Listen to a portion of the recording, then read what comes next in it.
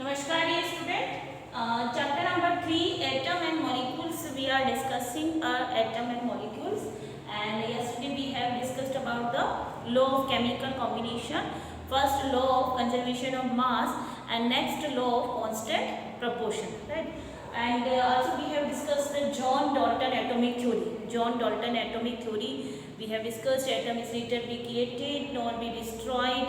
It is made up of very tiny particles, and atom of a same elements have a same chemical properties, and different elements have different properties, right? So today is the next topic is how we identify elements. हम identify कैसे करें elements को।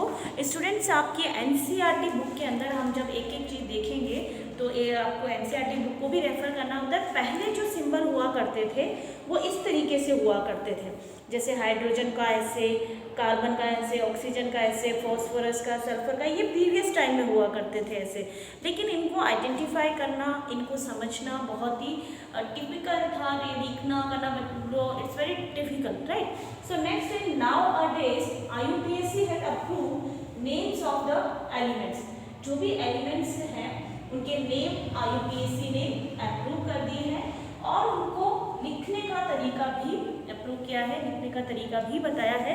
आप अपनी NCERT book के अंदर page table number 3.1, अपनी NCERT book के अंदर जो आप टेबल नंबर 3.1 ओपन कर लें, सभी टेबल नंबर 3.1, यहाँ हमें सभी एलिमेंट्स के सिंबल दिए हुए हैं।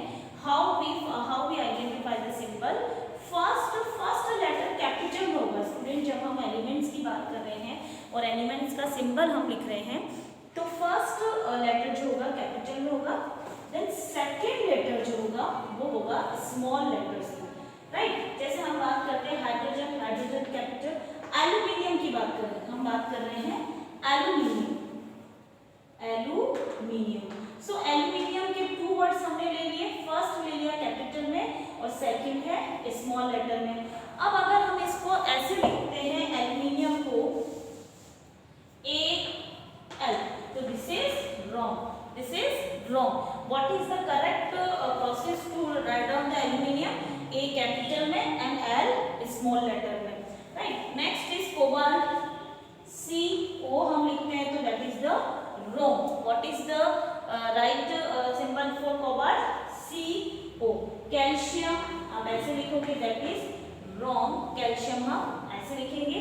और भी बहुत से एलिमेंट्स हैं, इनके सिंबल आपको इस टेबल में प्रॉपरली शो किए गए हैं, आप लोग देख सकते हैं। Aluminium, argon, barium, boron, bromine, calcium, I hope सबको विजिबल है।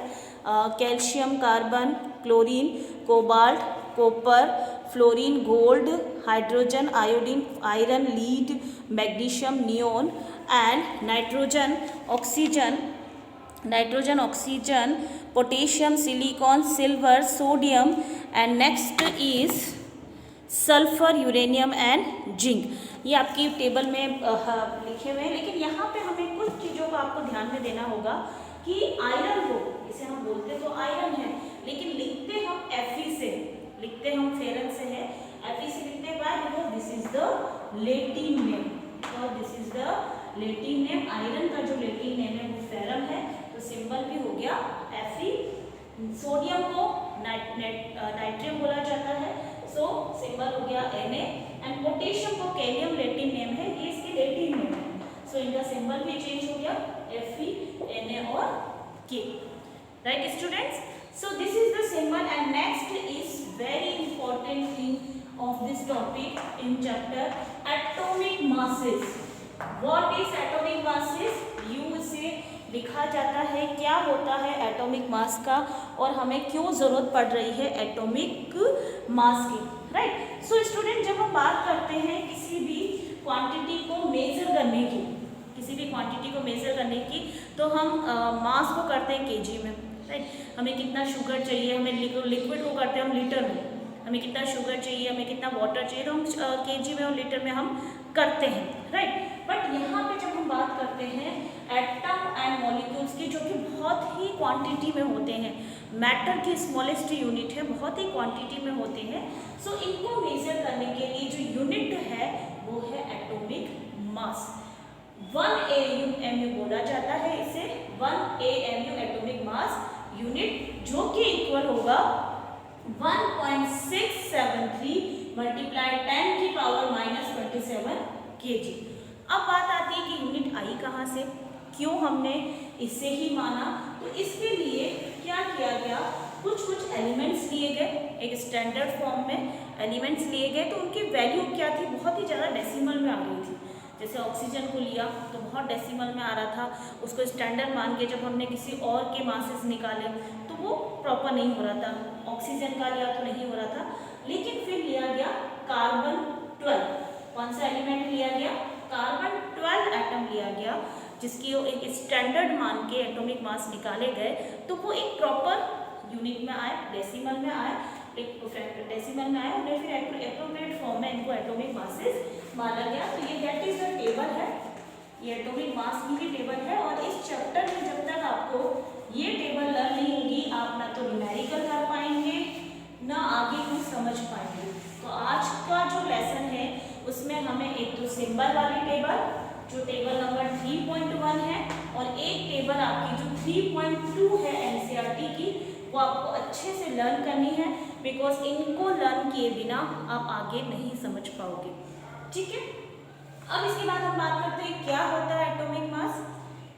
1 atomic mass unit, everyone listen carefully, 1 atomic mass unit is a mass unit equal to exactly 1/12 the mass of carbon 12। ये हमारा कार्बन 12 है और कार्बन 12 के 12th part के equal है। कौन है, 1 AMU किसके इक्वल है, एक स्टैंडर्ड माना गया है कार्बन 12 को, कार्बन का एलिमेंट्स को एक स्टैंडर्ड माना गया कार्बन 12 को, और उसके 12th पार्ट के इक्वल है।